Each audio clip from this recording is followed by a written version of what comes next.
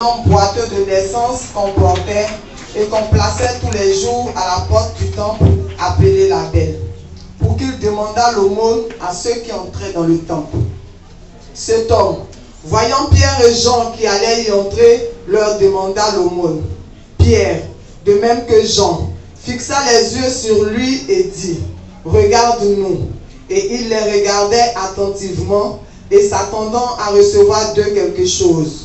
Alors Pierre dit, « Je n'ai ni argent, ni or, mais ce que j'ai, je te le donne au nom de Jésus-Christ de Nazareth. Lève-toi et marche. » Et le prenant par la main droite, il le fit lever.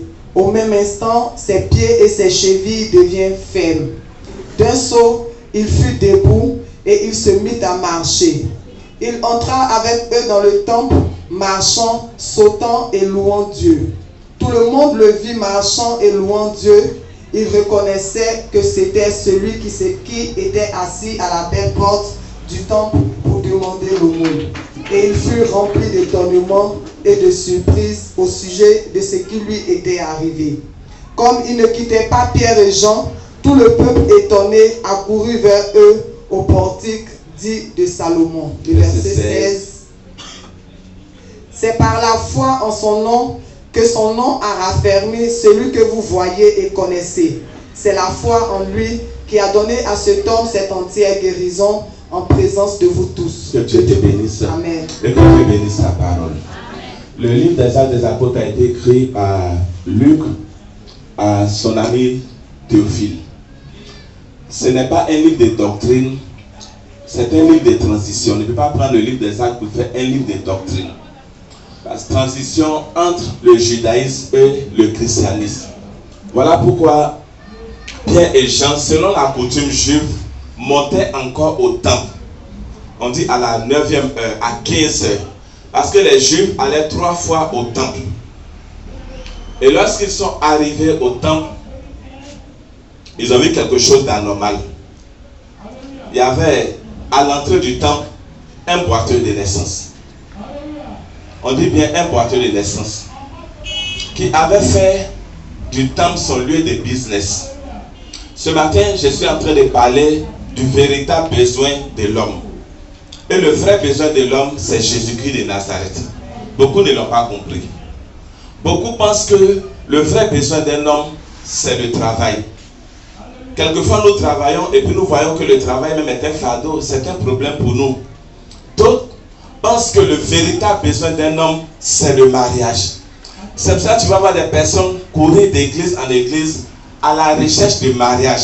Parce que je ne suis pas encore marié, je suis découragé. Dans cette église, il n'y a pas d'onction. Dans cette église, il n'y a pas de puissance. Ce n'est pas le véritable besoin d'un homme.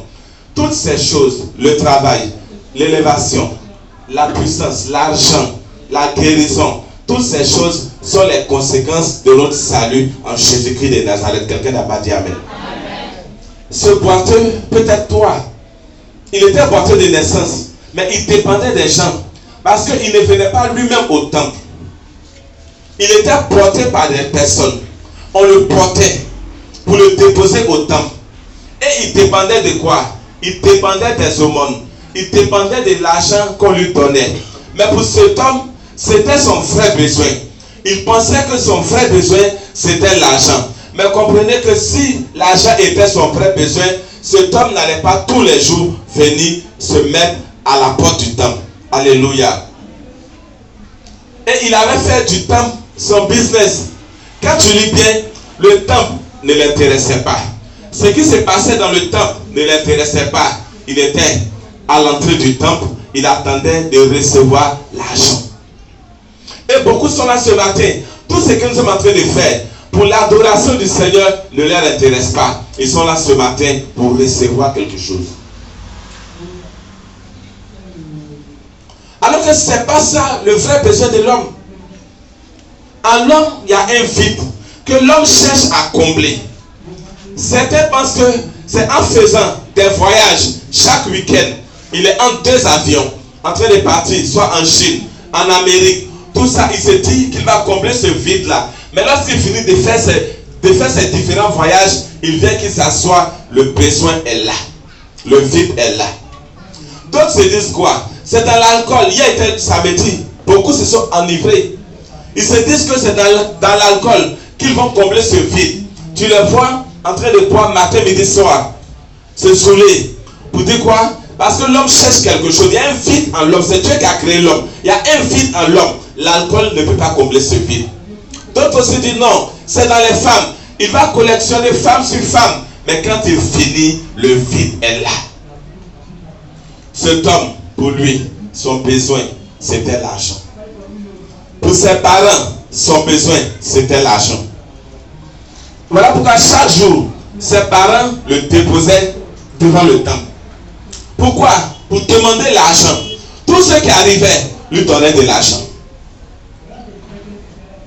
Il recevait de l'argent. Il prenait sa part. Il donnait certainement pour ses parents. Mais le lendemain, il était obligé de revenir. Quelquefois, je me dis que ce n'est pas la faute aux chrétiens. Parce que la majorité des chrétiens ont reçu un faux évangile. Ils ont reçu l'évangile qui dit, viens Jésus, il va te donner femme. Viens Jésus, il va te donner mari. Viens Jésus, il va te donner la guérison. C'est comme Jésus-Christ était une infirmerie. Viens Jésus, il va te faire prospérer tes affaires. Viens Jésus, tu auras le travail. C'est comme Jésus était une agence qui distribuait le travail. C'est vrai que Jésus donne la santé. Parce que la Bible déclare que c'est par ces maîtres que nous sommes guéris. C'est vrai que le travail est une institution de Dieu. C'est Dieu qui a créé le travail. Mais bien aimé, avant que Jésus n'arrive sur cette terre, les gens travaillaient. Avant que Jésus n'arrive sur cette terre, les gens se mariaient. Avant que Jésus n'arrive, les gens étaient prospères. Mais Jésus est venu pour combler un vide. Jésus est venu pour régler le péché de l'humanité. Quand je parle du péché de l'humanité, je ne parle pas de vos petits péchés. Non. Jésus est venu nous réconcilier avec Dieu. Quelqu'un n'a pas dit amen. C'est pour ça que Jésus est arrivé. Mais cet homme, lui, pour lui, toute sa vie se résumait à la nourriture. Toute sa vie se résumait à l'argent. De telle sorte que il était à l'entrée du temple, mais tout ce qui se passait dans le temple n'était pas son affaire. Est-ce que ce matin, tu n'es pas là dans le but de recevoir quelque chose? Parce que l'homme cherche toujours à recevoir quelque chose d'éphémère, quelque chose de périssable. L'apôtre Paul l'a si bien compris. Lorsqu'il a accepté le Seigneur Jésus, lorsque Jésus s'est révélé à l'apôtre Paul, le grand apôtre, a dit qu'il regarde les autres choses de ce monde comme la boue. Pourquoi? Parce qu'il a trouvé l'essentiel de sa vie. C'est Jésus qui est l'essentiel de notre vie. C'est Jésus que nous devons rechercher. La Bible est claire. Que sert-il à un homme de gagner tout ce monde s'il arrivait à perdre son âme? De nos jours, nous sommes découragés, désolés et curieux même de voir que les chrétiens se focalisent sur des choses périssables, les choses qui n'ont pas de valeur. Des chrétiens qui laissent carrément la main de Dieu pour s'attacher à des choses sans valeur. Je n'ai jamais vu quelqu'un qui est mort et que dans son corbillard, on transporte son lit. Ou bien dans son corbillard, on transporte, oui, ses immeubles. Je n'ai jamais vu ça. Donc toutes ces choses que nous sommes en train de rechercher, pour lesquelles nous n'avons pas le temps de Dieu, c'est des choses éphémères. Nous sommes venus dans ce monde. Nous répartirons. Mais une chose est certaine, chacun de nous va se présenter devant Dieu. Et il a quelque chose à présenter à Dieu. Est-ce que de ton vivant, tu as fait de Jésus ta priorité? Est-ce que de ton vivant, tu l'as reçu? C'est ça la question. On a tellement si mal compris l'évangile, nous on a reçu un mauvais évangile, que tu vois quelqu'un qui s'est donné au Seigneur. Il n'y a même pas encore 2 mois, tu veux prier avec lui, au lieu de te dire, je veux connaître la parole de Dieu, je veux être affermi, tout ce qui va te dire, pasteur, il faut prier pour que je me marie, j'ai pris. Mais si tu pries, mets-le aussi toi. Quelqu'un n'a pas dit amen. Amen. Tu n'as rien compris même de la foi. Tu n'as rien compris de la vie chrétienne. Mais tout ton souhait, tout ton problème, je vais me marier. Tout ton problème, je veux travailler. Oui, Il y a des gens qui ont travaillé, mais qui aujourd'hui sont en train de pleurer dans l'enfer. Pourquoi? Parce que ces personnes n'ont pas su l'essentiel. Ces personnes n'ont pas connu leurs véritables besoins. Et ce paralytique, il était à l'entrée du temple. Il demandait l'argent. Mais ceux qui lui donnaient cet argent ne connaissaient pas son besoin. Ils pensaient qu'il l'aidait. Non. Ils aidaient ce paralytique à entretenir la chair. C'est pour ça que je veux dire à quelqu'un, même tes parents qui viennent te voir matin, midi, soir, pour te donner de l'argent, c'est bien. Mais la meilleure chose que tu dois donner à tes parents, c'est Jésus-Christ de Nazareth. Parce que si tu veux construire des immeubles, tu veux construire basilique, construire des châteaux pour leur donner, mais si tu ne leur as pas donné Jésus-Christ de Nazareth, bien aimé, tu n'as rien fait. Et quand cet homme a vu Pierre et Jean qui entraient dans le temple, il s'est dit, voilà des personnes que je vais raqueter. Il s'est dit, je vais encore avoir un peu d'argent. Certainement Pierre et Jean étaient des personnes extraordinaires qui ne connaissaient pas. Il s'est dit, ceux-là, certainement, ils ne savent pas que tous les jours, je suis ici. Mais quand Pierre et Jean ont vu ce paralytique, qui dépendait des gens, qui étaient méprisés, ils lui ont dit, regarde-nous. Une manière de dire à ce paralytique que tu vis, tu as une existence. Il dit, regarde-nous. La Bible déclare que cet homme, il s'attendait à recevoir quelque chose d'eux. Et Pierre dit, il prend la parole en tant que chef de l'église, il dit, je n'ai ni or, ni argent à te donner. Alléluia. C'est pas comme les églises que nous voyons maintenant, qui sont remplies d'argent. Quand tu rentres dans ces églises-là, tu te demandes si ce n'est pas le paradis sur terre. Mais est-ce que réellement, on donne Jésus-Christ aux gens dans ces églises-là? C'est la question. On parle de prospérité. C'est vrai. On parle d'élévation. On parle de succès. Mais est-ce qu'on parle de ton âme? Est-ce qu'on parle du salut de ton âme? Est-ce qu'on te parle de Jésus, qui est le centre intérêt même de l'évangile? C'est pourquoi tous nos messages doivent être christocentriques, c'est-à-dire centrés sur le Christ. Pierre dit, je n'ai ni or, ni argent. Parce que si c'est argent là, on t'a donné tous les jours, mais ça n'a pas changé ta situation. Si c'est or, on t'a donné tous les jours, mais ça n'a pas changé ta situation. Parce que si l'argent vous fait quelque chose à ta vie, tu n'allais pas être assis devant le temple. Quand Pierre dit, je n'ai ni or, ni argent à te donner, ce que j'ai, je te le donne. C'est le nom de Jésus-Christ de Nazareth. Il dit, je n'ai ni argent, ni or, mais au nom de Jésus, ce que l'argent n'a pas pu faire, ce que l'or n'a pas pu faire, ce que le diamant n'a pas pu faire, il dit, au nom de Jésus, lève-toi et marche. Cet homme qui dépendait des autres personnes, le nom de Jésus l'a libéré. Le nom de Jésus l'a rendu indépendant. Donc c'est le nom de Jésus que nous recherchons. C'est Jésus qui est notre vrai besoin. Si tu n'as pas compris cela, bien-aimé, tu vas aller d'église en église. Tu vas être là avec un baromètre des églises pour juger les églises. Pour dire que dans telle église, l'homme de Dieu n'est pas puissant. Dans telle église, l'homme de Dieu n'est pas puissant. Ici, ils m'ont fait ça.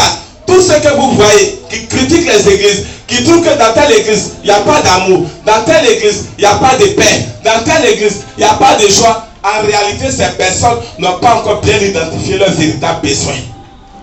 Parce que ces personnes pensent que le véritable besoin de l'homme, c'est le mariage. Les païens se marient en cascade. Et puis les païens, là, ils ne divorcent pas comme ça.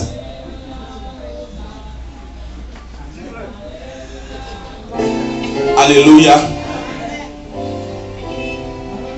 Si c'est l'argent là, les païens ont des immeubles, ils sont en train de construire. Pendant que les centres sont en train de construire. Mais il y a quelque chose de précieux que toi, tu as, qui n'ont pas. C'est Jésus-Christ de Nazareth. Et quand tu as Jésus-Christ de Nazareth, tu as tout. Voilà pourquoi Paul pouvait dire aux Colossiens, en lui, nous avons tout. En Jésus-Christ, nous avons tout. En Jésus, on a tout. Mais le diable va te faire croire que malgré que tu as Jésus, tu n'es pas heureux. Pourquoi? Les autres, c'est les accessoires. Pierre et Jean disent, nous, on n'a pas d'argent, on n'a pas d'or, mais ce que nous avons, c'est Jésus-Christ de Nazareth. Au nom de Jésus, lève-toi et marche.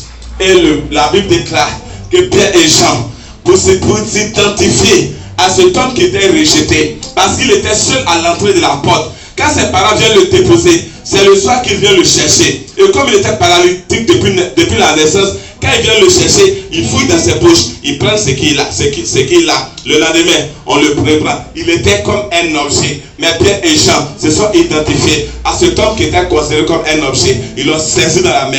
Et la Bible déclare qu'aussitôt, cet homme a commencé à marcher. On n'arrive pas à expérimenter toute la bénédiction de Dieu parce qu'on veut inverser les choses. Le Seigneur a dit en Matthieu 6 verset 33, cherchez premièrement le royaume et sa justice, et puis dit quoi? Et toutes les autres choses vous seront données par-dessus. Mais on n'a pas encore eu le salut, on n'a pas encore eu la justice de Dieu, on n'a pas encore accepté le Seigneur Jésus. Mais comme l'église est une affaire de mode, on vient s'asseoir dans l'église, on dit Seigneur, dans mon mariage, toi-même tu sais depuis fort longtemps tu sais pour mariage où ça y est. Ça n'est pas là parce qu'en réalité tu n'as pas encore commencé au CPE. Alléluia. Tu n'as pas encore accepté le Seigneur Jésus. Tu es venu dans sa maison, lui comme un voleur pour voler une certaine bénédiction. Mais Dieu ne permettra pas qu'un voleur puisse prendre quelque chose dans sa maison. Et quand ils lui ont donné Jésus, et que cet homme a reçu Jésus, voyez que sa vie a commencé à changer. Le temple l'intéressait. Ce qui se passait dans le temple a commencé à l'intéresser. Nous lisons le verset 8. Verset 8. D'un saut, il fut debout. Il fut debout. Et il se mit à marcher. Et il se mit à marcher. Il entra avec eux dans le temple. Il entra avec eux dans le temple. C'est-à-dire maintenant, il a eu l'amour du temple. Pourquoi? Parce qu'il a accepté Jésus. Il a reçu Jésus. Quand quelqu'un reçoit Jésus, il a l'amour de la maison de Dieu. Par exemple, quand le psalmiste dit, Seigneur, j'aime le séjour de ta maison. David dit, je suis dans la joie lorsqu'on me dit, allons dans la maison de l'Éternel. Quand quelqu'un a reçu le Seigneur, on ne le force pas à venir dans la maison de Dieu. Il aime la maison de Dieu. Il aime la présence de Dieu. Continue. Marchant. Il marchait. Sautant. Vous voyez le progrès? Il a commencé à marcher. Après, il a commencé à sauter. Et louant Dieu. Et il a commencé à louer. Sa vie a changé. Bien-aimé, tu as besoin d'un changement dans ta vie. Tu as besoin de Jésus-Christ de Nazareth. Si tu veux un changement dans tes finances, tu as besoin de Jésus-Christ de Nazareth. Si tu veux la santé, tu as besoin de Jésus-Christ de Nazareth. Car c'est lui seul qui pourra t'apporter la véritable guérison, la véritable transformation, la véritable richesse. Voilà pourquoi la Bible déclare que sa richesse enrichit. Sa richesse n'est suivie d'aucun chagrin. Cet homme, lorsqu'il a reçu le Seigneur, ce qui ne l'intéressait pas, le temple ne l'intéressait pas. Mais la Bible dit que d'un coup, il a commencé à sauter. Il a commencé à marcher d'abord. Après, il a commencé à sauter. Il a commencé à louer Dieu. Où ça? Dans le temple. C'est-à-dire tout ce qui se passait dans le temple l'intéressait. Il y a des personnes qui sont là.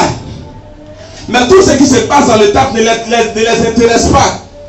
On va dire, on va payer le loyer du temple. Ça ne l'intéresse pas.